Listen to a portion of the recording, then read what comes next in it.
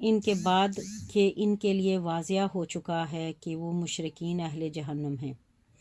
اور ابراہیم علیہ السلام کا اپنے باپ یعنی چچا آزر جس نے آپ کو پالا تھا کے لیے دعائیں مغفرت کرنا صرف اس وعدے کے غرض سے تھا جو وہ اس سے کر چکے تھے۔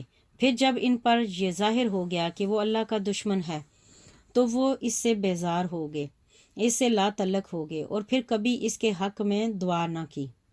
بے شک ابراہیم علیہ السلام بڑے درد مند، گریہ وزاری کرنے والے اور نہایت بردبار تھے۔ اور اللہ کی شان نہیں کہ وہ کسی قوم کو گمراہ کر دے اس کے بعد کہ اس نے انہیں ہدایت سے نواز دیا ہو، یہاں تک کہ وہ ان کے لیے دو چیزیں واضح فرما دے جن سے انہیں پرہیز کرنا چاہیے۔ بے شک اللہ ہر چیز کو خوب جاننے والا ہے۔ بے شک اللہ ہی کے لیے آسمانوں اور زمین کی ساری بادشاہی ہے، وہی جلاتا ہے، مارتا ہے، اور تمہارے لیے اللہ کے سوا نہ کوئی دوست ہے اور نہ کوئی مددگار جو امر الہی کے خلاف تمہاری حمایت کر سکے۔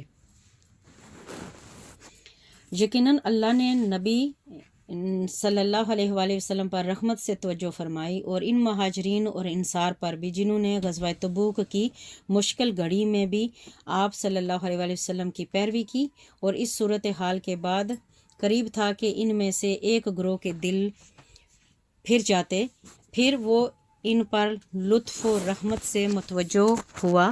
بے شک وہ ان پر نہایت شفیق، نہایت مہربان ہے۔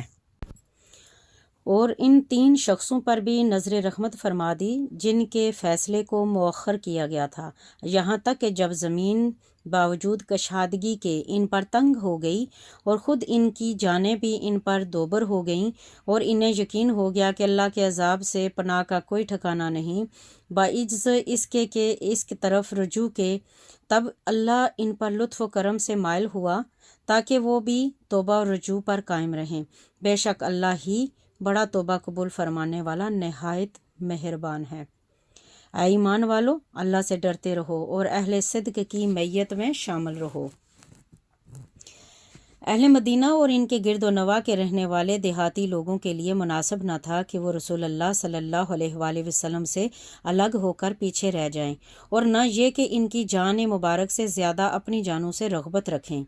یہ حکم اس لیے ہے کہ انہوں نے اللہ کی راہ میں جو پیاس بھی لگتی ہے اور جو مشقت بھی پہنچتی ہے اور جو بھوک بھی لگتی ہے اور جو کسی ایسی جگہ پر چلتے ہیں جہاں کا چلنا کافروں کو غضبناک کرتا ہے، اور دشمن سے جو کچھ بھی پاتے ہیں خواہ قتل اور زخم ہو یا مال غنیمت وغیرہ، مگر یہ کہ ہر ایک بات کے بدلے میں ان کے لیے ایک نیک عمل لکھ دیا جاتا ہے۔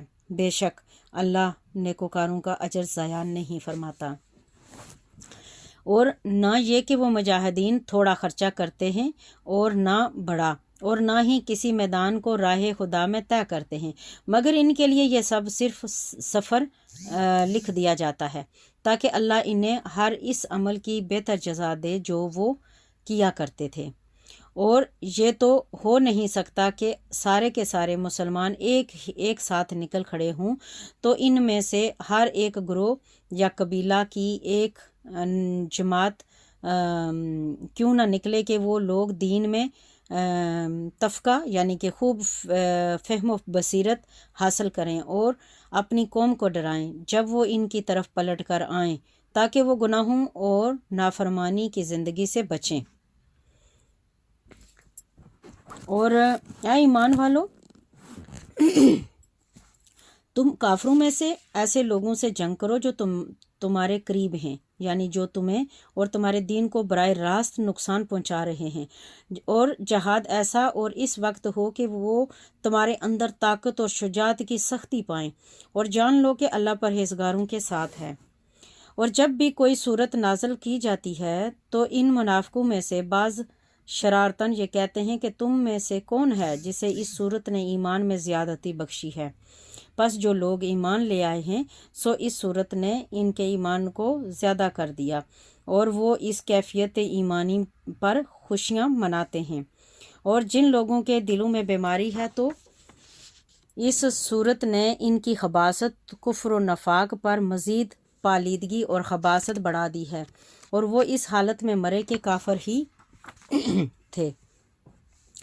کیا وہ نہیں دیکھتے کہ وہ ہر سال میں ایک بار یا 2 بار مصیبت میں مبتلا کیے جاتے ہیں، پھر بھی وہ توبہ نہیں کرتے اور نہ ہی وہ نصیحت پکڑتے ہیں، اور جب بھی کوئی صورت نازل کی جاتی ہے تو وہ اس ایک دوسرے کی طرف دیکھتے ہیں اور اشاروں سے پوچھتے ہیں کہ کیا تمہیں کوئی دیکھ تو نہیں رہا، پھر وہ پلٹ جاتے ہیں۔ اللہ نے ان کے دلوں کو پلٹ دیا ہے، کیونکہ یہ وہ لوگ ہیں جو سمجھ نہیں رکھتے۔ بے شک تمہارے پاس تم میں سے ایک باعظمت رسول تشریف لائے ہیں، تمہارا تکلیف اور مشقت میں پڑنا ان پر سخت گراں گزرتا ہے۔ اے لوگو، وہ تمہارے لیے بھلائی اور ہدایت کے بڑے ہی طالب اور آرزو مند رہتے ہیں، اور مومنوں کے لیے نہایت ہی شفیق اور بے حد رحم فرمانے والے ہیں۔ اگر ان بے پناہ کرم نوازیوں کے باوجود پھر بھی وہ روگردانی کریں تو فرما دیجئے مجھے اللہ کافی ہے، اس کے سوا کوئی معبود نہیں، میں اسی پر بھروسہ کیے ہوئے ہوں اور وہ عرش عظیم کا مالک ہے۔ صدق اللہ العظیم۔ یہ سورۃ توبہ کا ترجمہ اور تشریح کمپلیٹ ہوا ہے۔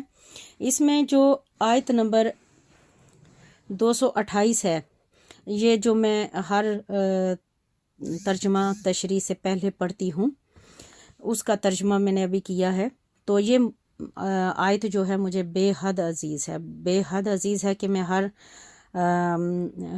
ریکارڈنگ سے پہلے یا میں کوئی سپیچ دینے سے پہلے میں اس کو ضرور پڑھتی ہوں۔ بس اس کے ساتھ میرا بہت زیادہ انس و محبت ہے۔ ایک بار پھر پڑھ دیتی ہوں آپ کے لیے۔ لَقَدْ جَاءَكُمْ رَسُولٌ مِّنْ أَنفُسِكُمْ عَزِيزٌ عَلَيْهِ مَا عَنِتُّمْ حَرِيصٌ عَلَيْكُمْ بِالْمُؤْمِنِينَ رَءُوفٌ رَحِيمٌ۔ ترجمہ ہے، بے شک تمہارے پاس تم میں سے ہی ایک باعظمت رسول تشریف لائے، تمہارا تکلیف اور مشقت میں پڑنا ان پر سخت گراں گزرتا ہے۔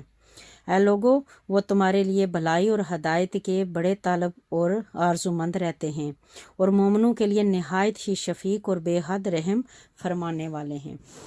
آمین ثم آمین۔ اللہ تعالیٰ سے دعا ہے کہ اللہ تعالیٰ ہمارے ایمان میں اضافہ فرمائے، اللہ تعالیٰ ہمارے عشق میں اضافہ فرمائے، اور عشق حقیقی میں آگے کی منزلوں کی طرف اللہ تعالیٰ ہماری مدد فرمائے، اور اللہ تعالیٰ یہ جو اس صورت میں ہمیں جو میسج دیے گئے ہیں ان کے اوپر عمل کرنے کی توفیق عطا فرمائے، ہمیں زکوٰۃ صدقہ خیرات کرنے کی زیادہ سے زیادہ اللہ تعالیٰ ہمیں توفیق عطا فرمائے۔ آمین ثم آمین۔